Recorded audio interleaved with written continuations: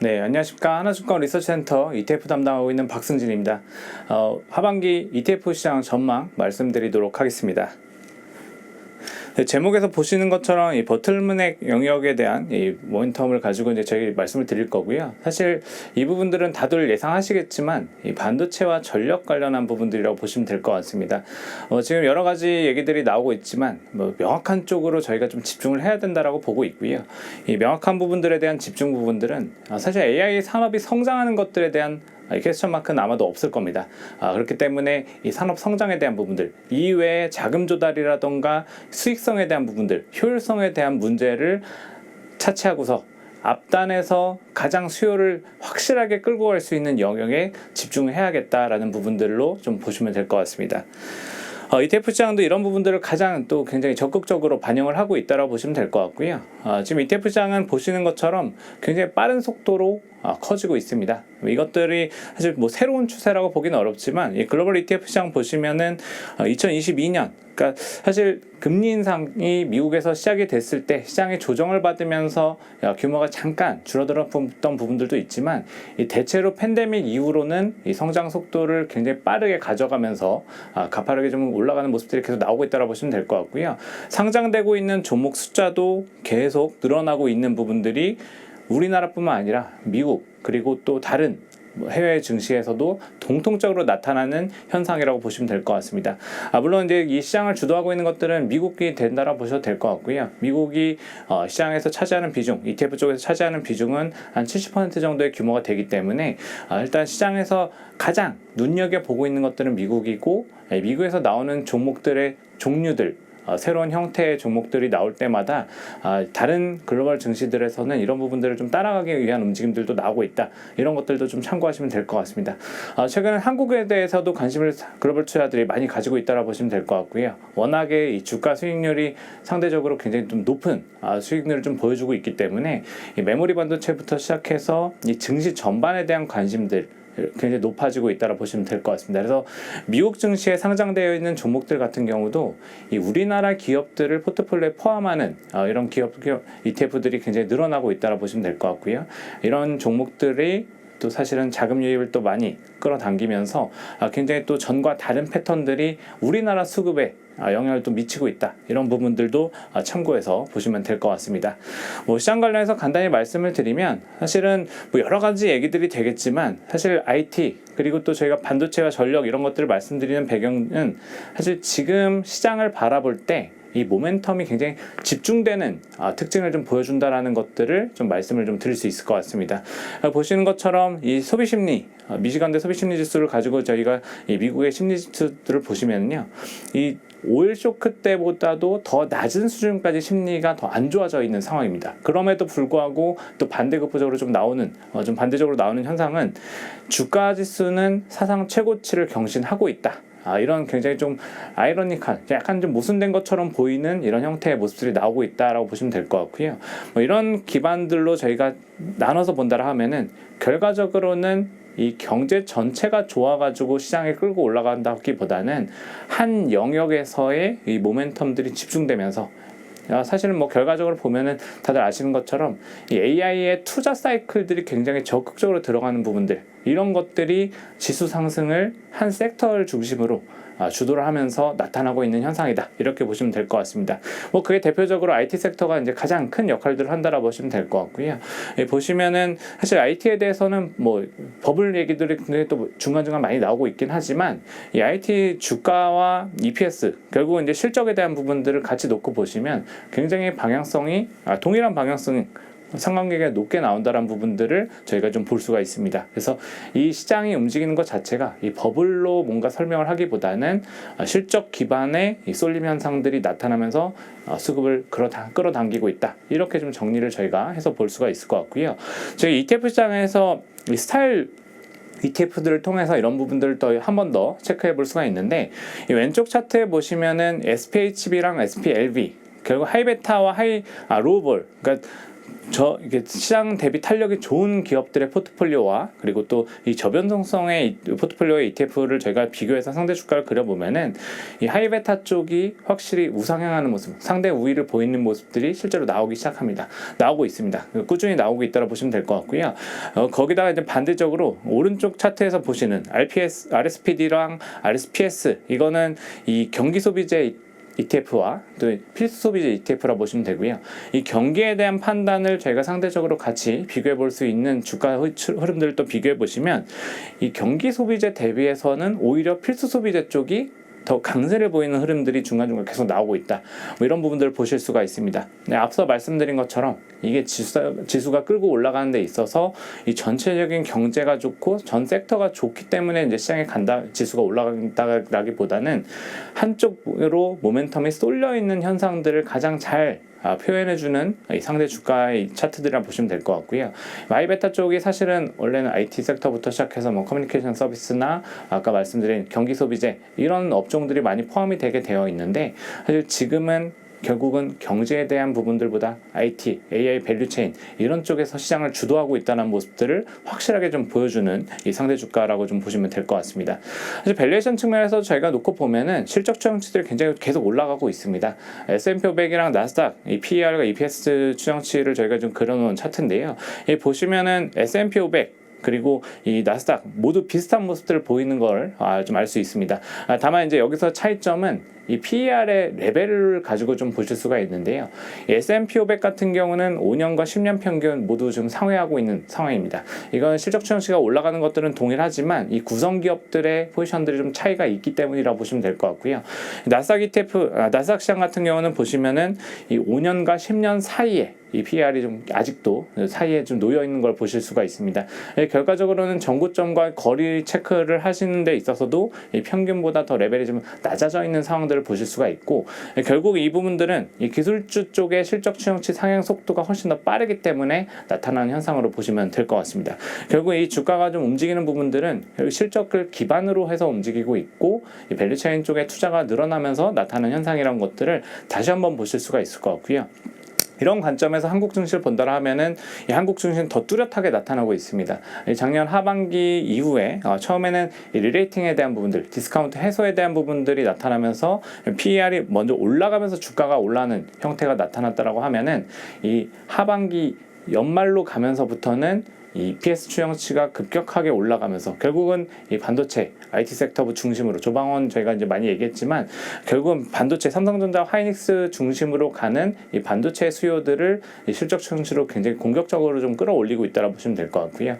이렇게 되면서 사실은 디스카운트 얘기가 나왔던 이 레벨까지 PER이 다시 한번 또 떨어지는 형태가 되고 있다고 보시면 될 것 같습니다. 그래서 결과적으로 놓고 보면은 사실 경기에 대해서는 조금 지금 해석이 굉장히 엇갈릴 수 있는 상황이기 때문에 이 뚜렷하게 실적이 좀 모이고 있는 이쪽 IT, 반도체, 전력 이런 업종들로 이 수급이 계속 쏠리고 집중 현상이 나오고 있다라 보시면 될 것 같고요.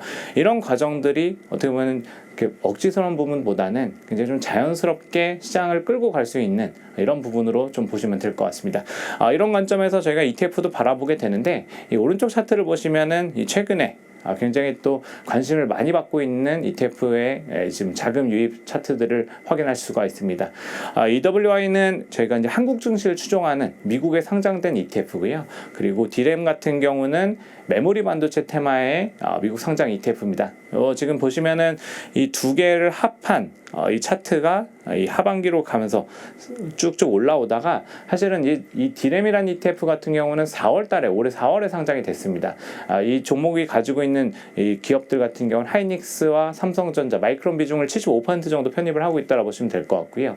그러니까 결과적으로 놓고 보면은 한국 증시에 투자하고 싶은 외국인들이 미국 투자들이 처음에는 EWI로 접근을 했다가 이 디램이라는 ETF가 새롭게 상장이 되면서 이 삼성전자 하이닉스 쪽으로 새롭게 접근할 수 있는 직접적인 도구가 생기다 보니까 이 디램 쪽으로 자금이 넘어가는 형태의 움직임들이 나오고 있다. 이렇게 보시면 될 것 같고요.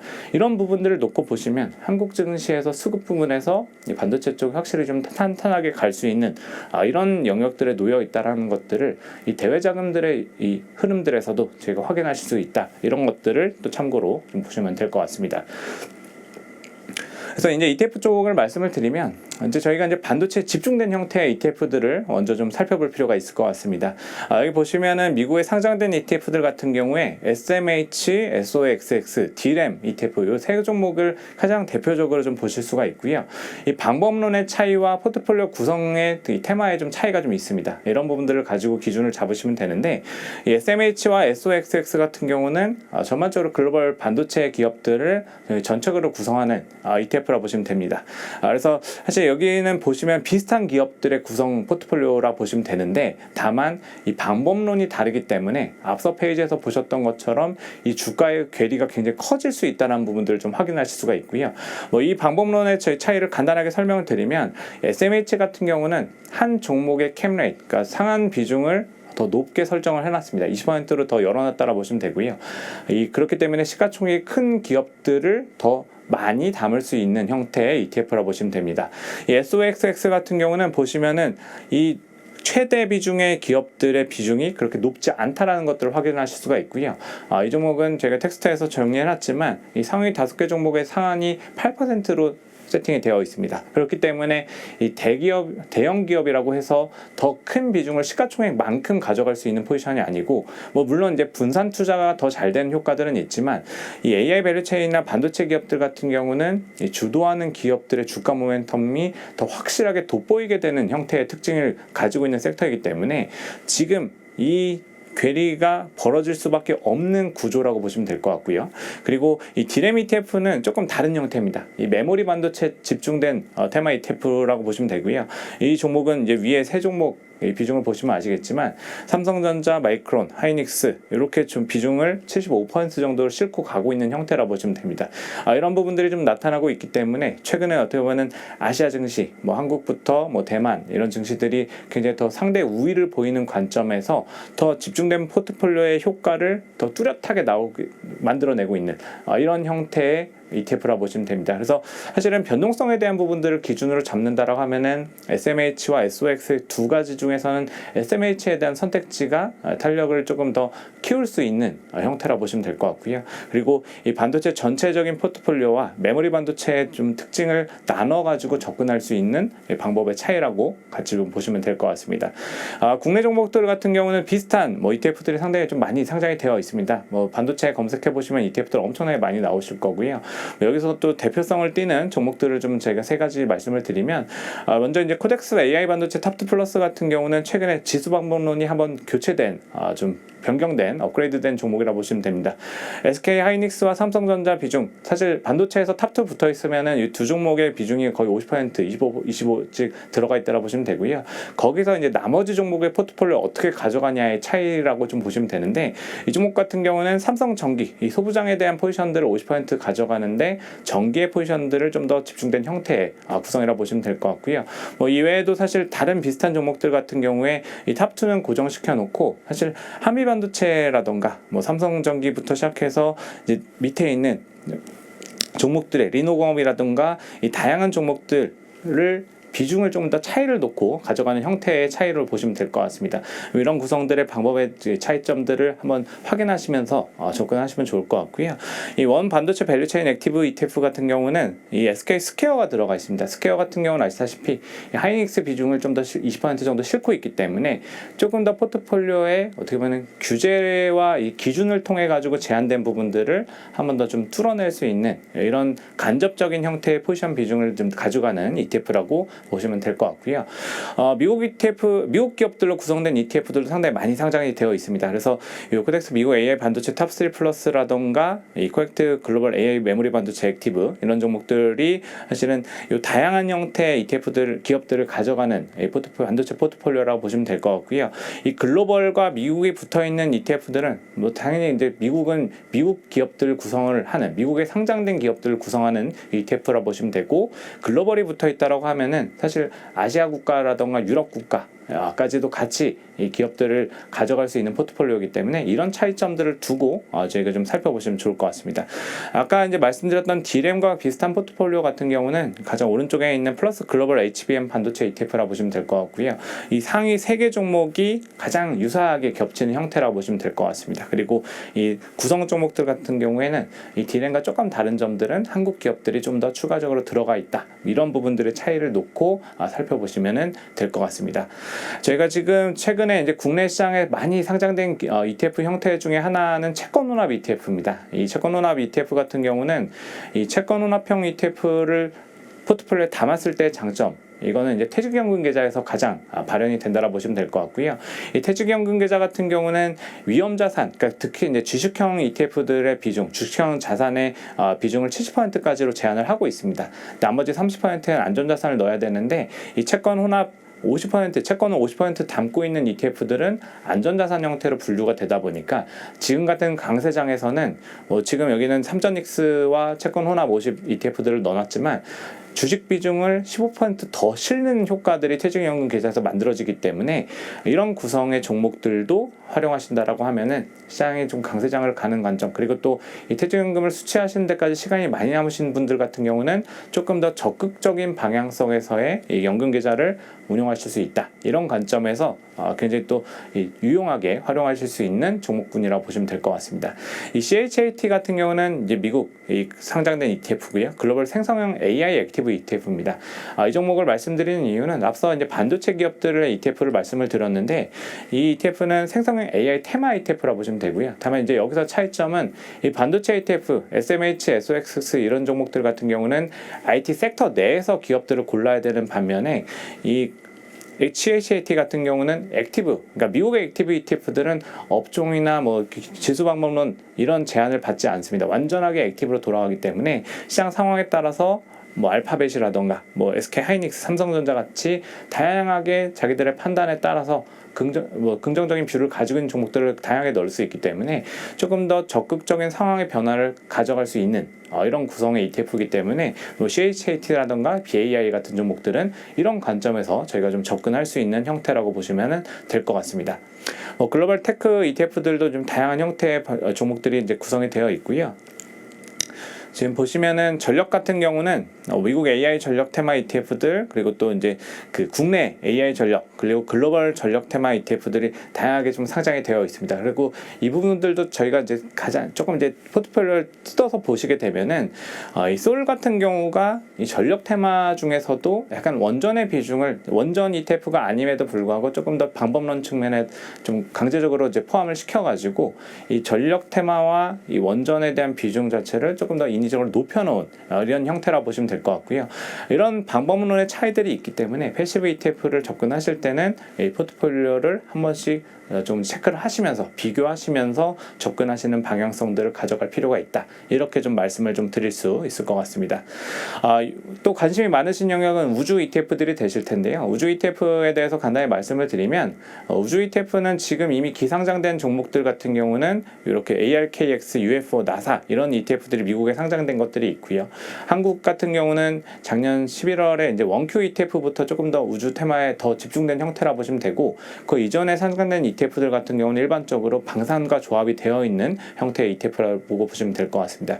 이런 부분들을 좀 구분해서 보실 필요가 있고, 이게 보시면은 저희가 이제 나사라는 종목들을 좀 말씀을 좀 드려야 될 것 같은데, 이 나사 ETF 같은 경우는 맨 위에 종목을 보시면 스페이스X SPV를 담고 있습니다. 그래서 이 스페이스X 지금 상황이 지금 비상장되어 있는 기업인데, 이게 SPV 형태로 지분을 사서 비중을 실어 놓는 형태라고 보시면 될 것 같고요. 이제 결국은 이제 앞서 두 종목들도 우주 테마 ETF, 액티브 ETF와 패시브 ETF지만 결과적으로는 이 상장된 이후에 편입을 시키는 부분들과 이미 SPV를 담고 있기 때문에 상장이 됐을 때 가격을 깔고 갈 수 있는 이런 형태의 포트폴리오 차이가 있기 때문에 이런 과정들에 대해서 투자 선택을 하실 때도 차이를 좀 놓고 보실 수가 있다. 이런 부분들을 좀 같이 놓고 구분을 하시면 될 것 같고요. 국내 ETF들 같은 경우는 지금 보시면은 우주 테마 ETF들도 이제 상당히 많은 종목들이 상장이 되어 있습니다. 그래서 이런 것들을 놓고 지금 저희가 이제 종목 선택하실 때 접근하시면 될 것 같고, 인프라 ETF들 뭐 페이브나 ARR 이런 종목들 같은 경우는 사실 미국의 인프라 테마 종목들이라 보시면 되는데요. 이 리쇼어링 컨셉에 대해서 저희가 좀 따라갈 수 있는 형태의 종목군이라고 보시면 될 것 같습니다. 이 개별 기업단에서는 저희가 이제 두산그룹 포커스 이런 종목들을 좀 말씀을 드리고 있는데, 이런 종목들 같은 경우는 한 그룹의 캐릭터를 좀 담고 있는 ETF라 보시면 될 것 같습니다. 이 가운데서 두산그룹 같은 경우는 사실 과거에는 중공업 쪽으로 좀 많이 쏠림이 있었지만, 지금 같은 경우는 원전이라던가 로봇 쪽, 그리고 또 이 반도체 쪽의 업종의 익스포저를 더 끌고 가고 있기 때문에 어떻게 보면 AI 밸류체인 관점에서 접근할 수 있는 이 포트폴리오의 종목이라고 또 살펴보시면 될 것 같습니다. 하이닉스 같은 경우는 이제 유니콘 SK 하이닉스 밸류체인 액티브 ETF라는 게 상장이 되어 있고요. 이 종목 같은 경우는 이 포트폴리오 보시는 것처럼 하이닉스와 SK 스퀘어 비중을 한 50% 실어놓고 있고, 나머지 SK 하이닉스와 관련된 비즈니스의 지금 밸류체인 내에 있는 기업들을 구성합니다. 그렇기 때문에 개별 종목에서의 주가의 그 부담을 좀 느끼시는 분들이 어떻게 보면 좀 선택지로 가져갈 수 있는 종목이라 보시면 될 것 같고요. 저희가 이제 두 종목 설명을 드렸지만, 사실은 뭐 삼성그룹이라던가 뭐 카카오, 그리고 포스코, 현대차, 다양한 그룹의 ETF들도 상장이 되어 있기 때문에 이런 것들은 사실 어떻게 보면은 기업단 내지는 또 그룹단에서 아이디어를 끌고 가실 때 또 다양하게 좀 선택지를 가져갈 수 있다라는 점들에서 좀 관심 있게 살펴보실 수 있는 종목군으로 말씀을 드릴 수 있을 것 같습니다. 지금 ETF 시장은 아시다시피 굉장히 많은 종목들이 상장이 되고 있고 다양한 형태가 등장을 하고 있습니다. 그만큼 이 선택을 어떻게 하느냐에 따라서 또 다양한 전략들을 좀 포트폴리오를 가져갈 수 있다는 의미로 좀 저희가 보실 수 있을 것 같고요.